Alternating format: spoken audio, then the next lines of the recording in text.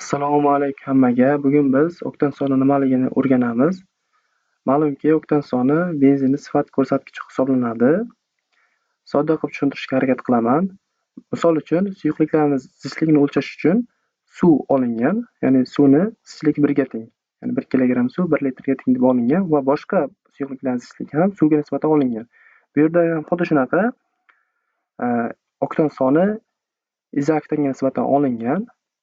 Sodda qilib tushuntiraman, ya'ni izoktanni havo bilan aralashmasining siqilish ko'rsatkichi bu yerda oktan sonini belgilaydi.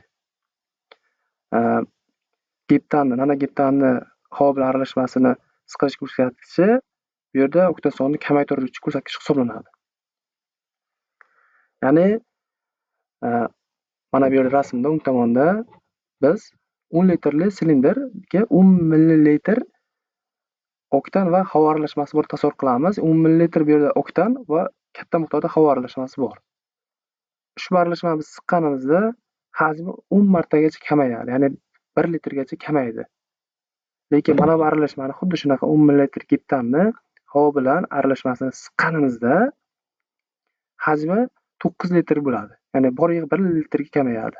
Bunga nisbatan bu 10 martagacha maksimal siqiladi. Qancha siqilish ko'rsatkichi yuqori bo'lsa, oktan soni shuncha yuqori bo'lib ketadi-da, mahsulot qiziydi. Natijada svitcha yonganda qizigan mahsulot yaxshi portlaydi va porshinni itaradi, katta megajoul beradi va detonatsiya sonini kamaytiradi. Detonatsiya bu yerda nima? Detonatsiya bu yerda zarba to'lqini hisoblanadi, ya'ni portlash natijasida zarba to'lqini hosil bo'ladi. Ushbu zarba to'lqini qancha kichik bo'lsa, detonatsiyaga shuncha bardoshli bo'ladi. Zarba to'lqini ham siqilish darajasiga bog'liq. Qancha maksimal darajada siqilsa havo bilan aralashmasi izoktanda, shuncha detonatsiyasi kam bo'ladi. Hozir buni batafsil tushuntirib o'tib ketaman.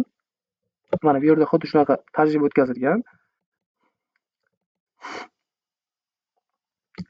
Mana siqildi, mana men aytgan narsa. Bunisi 9 litr joyda to'xtadi, 1 litrga siqildi bor-yo'g'i. Mana bu esa 10 martagacha, ya'ni 10 litr edi boshlang'ich holati, 1 litrgacha siqildi. Biz avtomobil benzinlarida oktan soni 90 deymiz.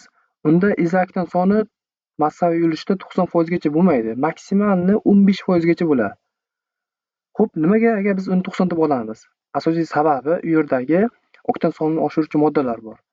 Ya'ni izomer moddalarining ko'pchiligi oktan sonini oshiradi. Faqat izoktan emas, izopentan, izogeptan, izonano ham bo'lishi mumkin. Shunaqa moddalar ham oktan sonini oshiradi. Shuningdek, u yerdagi toluvol, benzolga o'xshagan aromatik uglevodorodlar ham oktan sonini oshiruvchi moddalar hisoblanadi. Ya'ni havo bilan aralashmasi shu moddalarni maksimal darajada siqiladi. Natijada natijasida qizish paydo bo'ladi va svitch yonganda detonatsiya juda kam bo'ladi. Ya'ni zarba to'lqini juda kichik bo'ladi. Natijada avtomobil yaxshi harakatlanadi. Ko'proq u yerda o'sha aytib o'tdim, ya'ni izomerlar aralashmasi va benzol toluvol bo'ladi. Detonatsiyani kamaytirish uchun oldin tetraetilen qo'rqoshin qo'shilardi. Hozir bu modda qo'shilmaydi. Chunki atmosferaga qo'rqoshin oksidiga o'xshagan zaharli moddalar chiqishi mumkin. O'shani oldini olish uchun. Hozir xuddi men aytib o'tgandek, toluvol, benzol yoki spirt, metil spirti, etil spirti yoki shunga o'xshagan moddalar qo'shiladi. Bu ham siqilish ko'rsatkichini pastga tushirib beradi. Ilmiy tilda aytganda, oktan soni nima deb aytganda, shu havo bilan benzin aralashmasining maksimal siqilish ko'rsatkichi va detonatsiya, ya'ni zarba to'lqinining kamligi oktan soni deb atasak bo'ladi.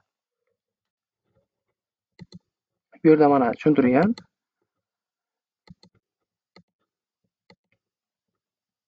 Ikki xil usulda o'rganiladi, ya'ni tadqiqot usulida oktan soni va motor usulida. Ikkalasi ham bir xil, xuddi shunaqa porshinda sinab ko'riladi va oktan soni aniqlanadi.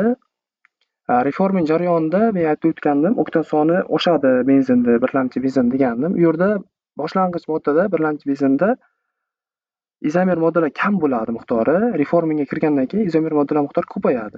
Shuningdek, sikli alkanlar miqdori ko'p bo'ladi. Lekin reforming kirgandan keyin arellar, ya'ni benzol, tolvolning miqdori ko'payib ketadi. O'sha sikli alkanlardan arellar hosil bo'lib ketadi va oktan soni oshiraveradi. Benzinning yana bitta narsasi, AI degan ko'rsatkich bor, endi qiymat bor. O'sha yerda A degani avtomobil uchun degani, I degani tadqiqot usulida o'lchangan, mana bu yerda research octane number degan narsani anglatadi. Shu narsani anglatadi.